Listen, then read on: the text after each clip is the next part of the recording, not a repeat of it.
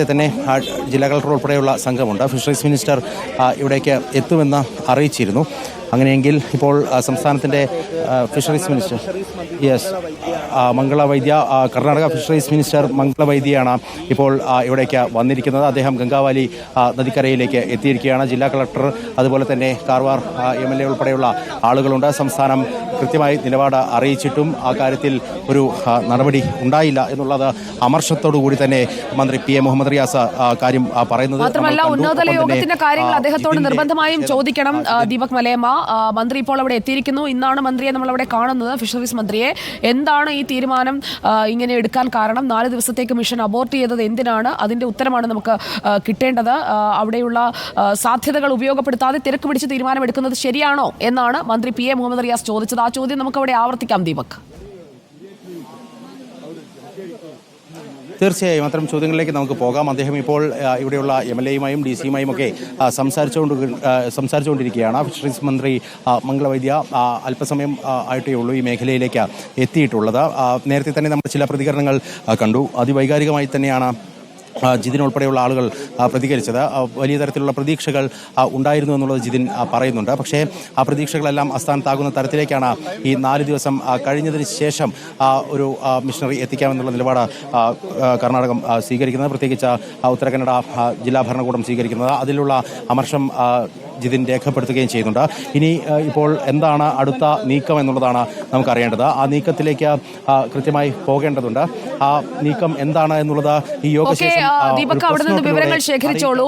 നമുക്ക് ഇപ്പോൾ ദീപക് നിൽക്കുന്ന ദൃശ്യങ്ങളിലാണ് കർണാടക സംസ്ഥാന മന്ത്രി എത്തിയിരിക്കുന്നത്. ഫിഷറീസ് മന്ത്രിയാണ് എത്തിയിരിക്കുന്നത്. ഫിഷറീസ് മന്ത്രി സർക്കാരിന്റെ ഭാഗമായി നിന്നുകൊണ്ട് ഇക്കാര്യത്തിൽ സർക്കാരിന്റെ നിലപാട് എന്താണ് എന്ന് വ്യക്തമാക്കുന്നതിനായി നിയോഗിച്ചതാണ് എന്ന് വേണം കരുതാൻ. നമ്മുടെ മന്ത്രി AK ശശീന്ദ്രനും അവിടെ തുടരുന്നുണ്ട്. കഴിഞ്ഞ ദിവസം ഉന്നതതല യോഗത്തിൽ മന്ത്രി PM മുഹമ്മദ് റിയാസ് അടക്കം പങ്കെടുക്കുമ്പോൾ അതിൽ എടുത്ത തീരുമാനങ്ങളാണ് അട്ടിമറിക്കപ്പെട്ടിരിക്കുന്നത്. അതാണ് മന്ത്രി സൂചിപ്പിച്ചത്. നിരാശയോടെയാണ് മടങ്ങുന്നതെന്ന് ഈശ്വർ മാൽപ്പയും പറഞ്ഞു. ഇന്ന് മാൽപ്പയുടെ സ്വന്തം റിസ്കിലാണ് അവിടെ പരിശോധന നടന്നതെന്നും വ്യക്തമാണ്. കാരണം മാൽപ്പയ്ക്ക് അവിടെ കാത്തു നിൽക്കേണ്ടി വന്നു. പെർമിഷൻ കിട്ടുന്നതുവരെ ഉച്ചവരെ കാത്തു നിന്നതിന് ശേഷം തുടർന്നൊരു 1-2 മണിക്കൂർ അത്രമാത്രമാണ് ഗംഗാവാലി പുഴയിൽ മാൽപ്പയ്ക്കും സംഘത്തിനും തുടരാൻ കഴിഞ്ഞത്. NDRF-ന്റെയും സൈന്യത്തിന്റെയും ഒക്കെ നേതൃത്വം അവിടെ ഉണ്ടായിരുന്നു. അവരോടും ഈ രീതിയിലാണ് ജില്ലാ ഭരണകൂടം കാര്യങ്ങൾ വിശദീകരിച്ചിരിക്കുന്നത്. കാരണം സ്റ്റേറ്റ് ആണ് ഡിസാസ്റ്റർ മാനേജ്മെന്റ് ചെയ്യുന്നത്. അതുകൊണ്ട് സ്റ്റേറ്റിന്റെ തീരുമാനം എന്താണോ അതാണ് മറ്റ് സേനാ വിഭാഗങ്ങളിലേക്കും കമ്മ്യൂണിക്കേറ്റ് ചെയ്യുക. അതിൽ കേരളത്തിന്റെ പ്രതിഷേധം ശക്തമായി തന്നെ മന്ത്രി ഇപ്പോൾ പറഞ്ഞു കഴിഞ്ഞിരിക്കുകയാണ്. വിജിൻ MLA നേരത്തെ സൂചിപ്പിച്ചിരുന്നു. അതിനുശേഷം ഇപ്പോൾ മന്ത്രി PM മുഹമ്മദ് റിയാസ് കൃത്യമായി കാര്യങ്ങൾ പറയുന്നു.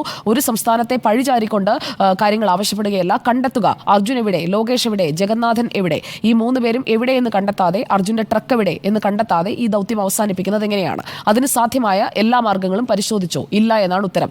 ഡ്രഡ്ജിംഗ് നടത്തുമെന്ന് പറഞ്ഞു, നടത്തിയോ? ഇല്ല. അതുപോലെ തന്നെ പാൻറ്റൂൺസ് അല്ലെങ്കിൽ പോൺടൂൺ കൊണ്ടുവരുമെന്ന് പറഞ്ഞു, കൊണ്ടുവന്നോ? ഇല്ല. മറ്റ് സംവിധാനങ്ങൾ ഉപയോഗപ്പെടുത്തിക്കൊണ്ടുള്ള ആങ്കറിംഗ് സാധ്യമാക്കുമെന്ന് പറഞ്ഞു, ഇല്ല.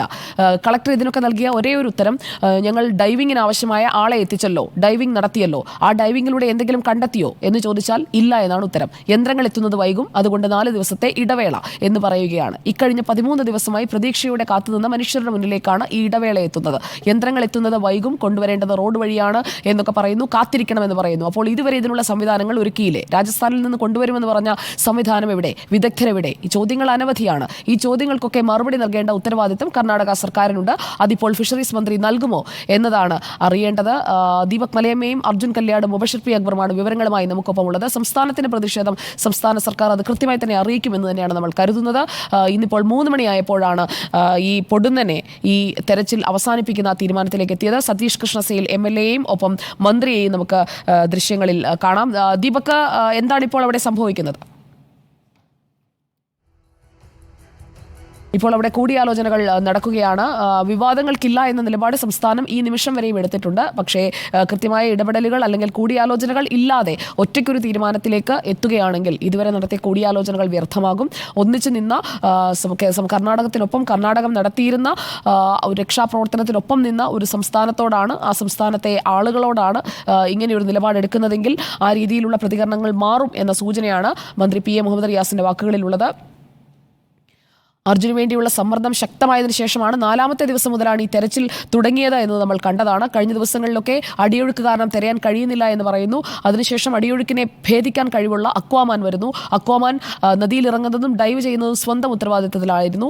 2ാമത്തെ ദിവസം, അതായത് ഇന്ന് അക്വാമാൻ വന്നിട്ടും 1 മണിക്കൂറിലേറെ സമയം കാത്തു നിൽക്കേണ്ടി വന്നു. ചെയ്യാൻ പറ്റുന്നതൊക്കെ ഞങ്ങൾ ചെയ്തല്ലോ എന്ന് MLA പറയുന്നു നമ്മൾ കണ്ടു. അപ്പോൾ അവിടുത്തെ രക്ഷാപ്രവർത്തനം യാന്ത്രികമായി മാറുകയാണോ, അതങ്ങനെ അവസാനിപ്പിക്കുകയാണോ, പതിയെ പതിയെ ഇതിൽ നിന്ന് ഇറങ്ങുകയാണോ? അതാണ് നമുക്ക് കിട്ടേണ്ട ഉത്തരം. അങ്ങനെയാണെങ്കിൽ ഈ കാണാതായ മനുഷ്യരെവിടെ? അവർക്കായി തെരച്ചിൽ ഇനിയും നടത്തുമോ? വാഹനങ്ങളുണ്ട് എന്ന് പറയുന്ന ഭാഗങ്ങളിൽ ഡ്രഡ്ജിംഗ് നടത്തുമോ? ഇനി എന്താണ് മുന്നിലുള്ള വഴികൾ എന്ന് പറയാതെയാണ് ഒരു ഫുൾ സ്റ്റോപ്പ് ഇടുന്ന രീതിയിൽ ഇന്നത്തെ രക്ഷാപ്രവർത്തനം വൈൻഡപ്പ് ചെയ്ത് ആ ബോട്ടുകളെല്ലാം കരയ്ക്ക് കയറ്റിയിരിക്കുന്നത്. തെരച്ചിൽ ഇപ്പോൾ നടക്കുന്നില്ല, അത് നമുക്ക് വ്യക്തമാണ്. ബോട്ടുകളെല്ലാം കരയിലേക്ക് കയറ്റി കഴിഞ്ഞിരിക്കുകയാണ്. ഇതിൽ സംസ്ഥാന സർക്കാരുമായി നടത്തിയ കൂടിയാലോചന, ഉന്നതതല യോഗത്തിൽ എടുത്ത തീരുമാനങ്ങൾ, അതെന്തുകൊണ്ടാണ് ആ സാധ്യതകൾ കൂടി പരിശോധിക്കാത്തത്? നമുക്കറിയാം അവിടെ ദുഷ്കരമാണ് രക്ഷാപ്രവർത്തനം. ഗംഗാവാലിയിൽ ഇറങ്ങിക്കൊണ്ടുള്ള രക്ഷാപ്രവർത്തനം ദുഷ്കരമാണ്. ഇപ്പോൾ പക്ഷേ ഇന്നത്തെ ദിവസം കാലാവസ്ഥ വളരെ അനുകൂലമാണ്. ഇതുവരെയും മഴയേ പെയ്തിട്ടില്ല. ഇന്നത്തെ ദിവസം അത്രയും തെളിഞ്ഞു നിൽക്കുകയാണ്.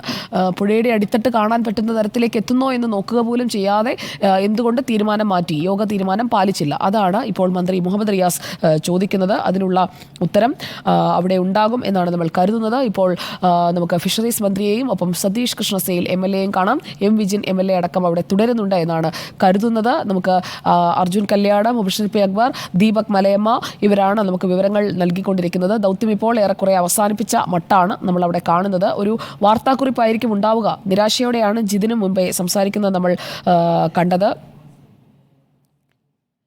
അവിടെ ജിതിൻ വളരെ വിഷമത്തോടെയാണ് നിൽക്കുന്നത്. അർജുൻ ഇല്ലാതെ ഞാൻ എങ്ങനെ വീട്ടിലേക്ക് പോകും എന്നാണ് ആദ്യഘട്ടങ്ങളിൽ ജിതിൻ ചോദിച്ചുകൊണ്ടിരുന്നത്. കുടുംബം അർജുനെ ഇനി ജീവനോടെ തിരിച്ചു കിട്ടില്ല എന്ന ഒരു കാര്യം ഉൾക്കൊള്ളുന്നുണ്ട്, നമ്മളും ഉൾക്കൊള്ളുന്നുണ്ട്. എങ്കിൽ പോലും അവിടെ ഈ ട്രക്കിൽ അർജുനുണ്ടോ, ആ ക്യാബിനുള്ളിൽ അർജുൻ്റെ ശരീരമുണ്ടോ, അതുപോലും നോക്കാൻ നമുക്ക് സാധിക്കുന്നില്ല. ട്രക്ക് അവിടെ തന്നെ ഉണ്ടോ എന്ന് ഉറപ്പിക്കാൻ സാധിക്കുന്നില്ല.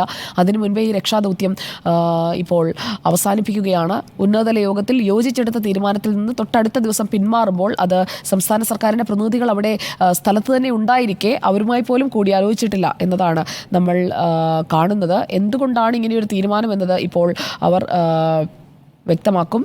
ദീപക് മലയ